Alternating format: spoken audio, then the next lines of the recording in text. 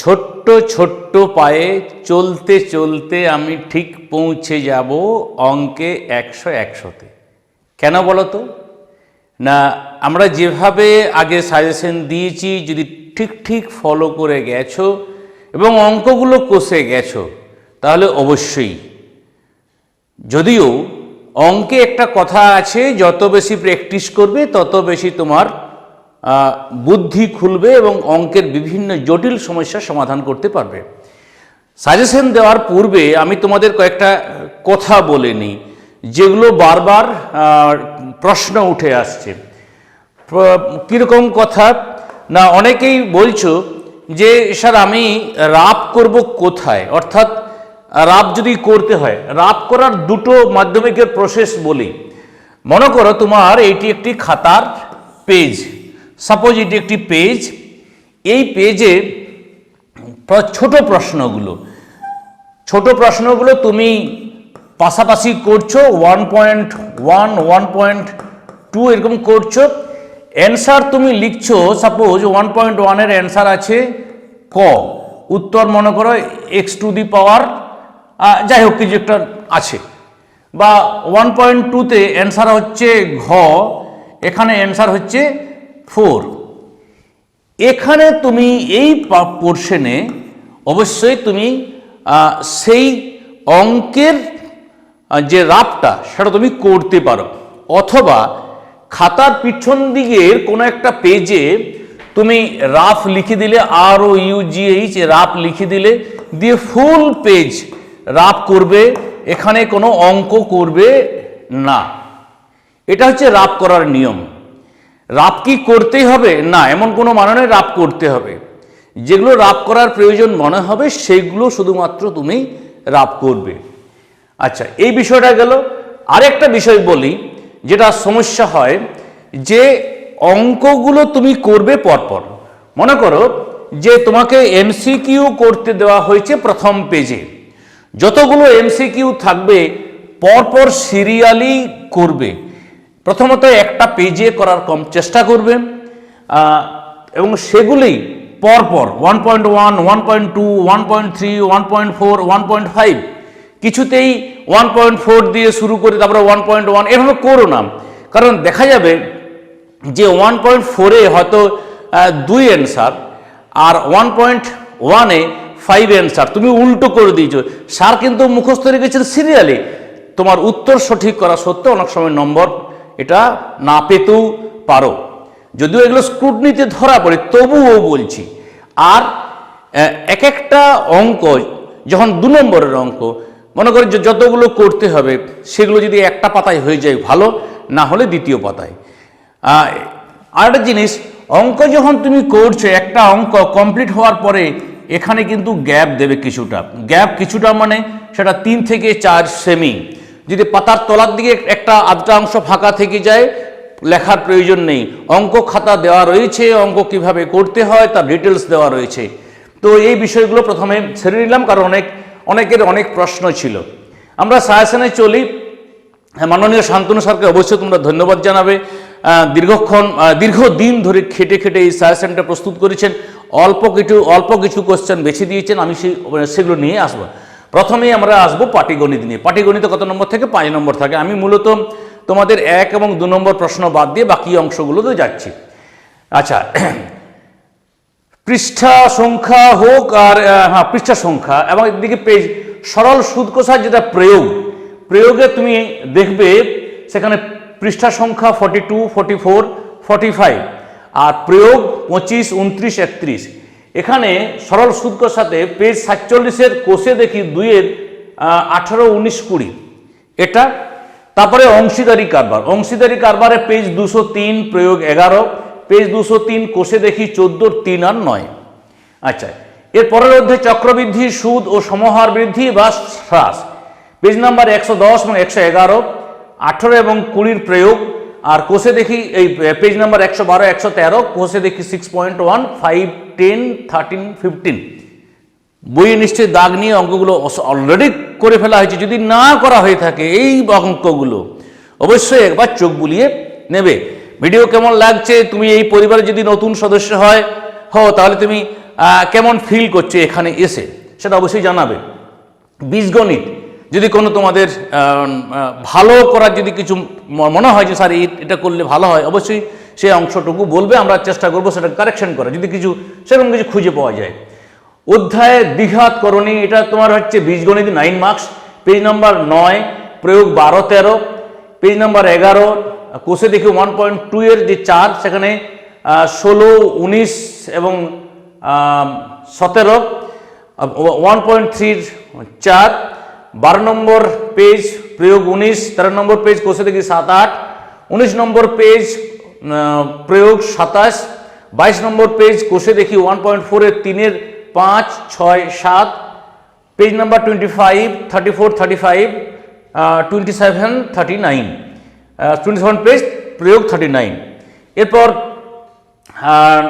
29 page, আচ্ছা 29 এটা হচ্ছে প্রয়োগের 29, অনুপাত সমানুপাত, এই পেজ নাম্বার হচ্ছে 93, প্রয়োগ 56, 57, তারপর 94, 95 এগুলো দেখতে পাচ্ছ। আশা করি পেজ নাম্বারগুলো দাগ নেবে, পারলে স্ক্রিনশট নেবে। এদিকটা হচ্ছে কোষে দেখির অংশ, 5.3, 5.3 7-এর 2, 8-এর 1, 10-এর 1, 10-এর 2 এইরকম বিষয়গুলো।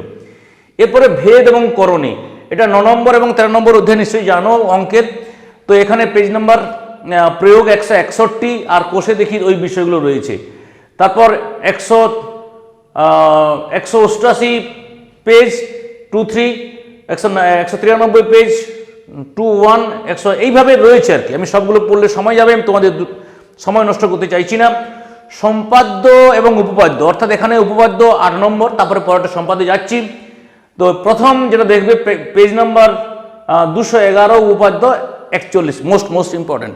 এবারে যে 3-4টে উপপাদ্যের কথা বলবো, এই 3-4টে যেন অবশ্যই করা থাকে। প্রথম উপপাদ্য আমি পুরো পড়ছি না, যেহেতু নম্বরটা দেওয়া রয়েছে, এগুলো তোমরা আগে দেখেছো।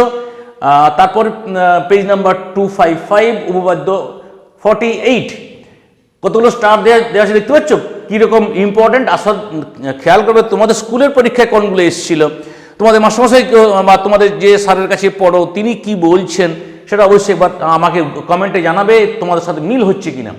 উপপাদ্য 49, পেজ 285।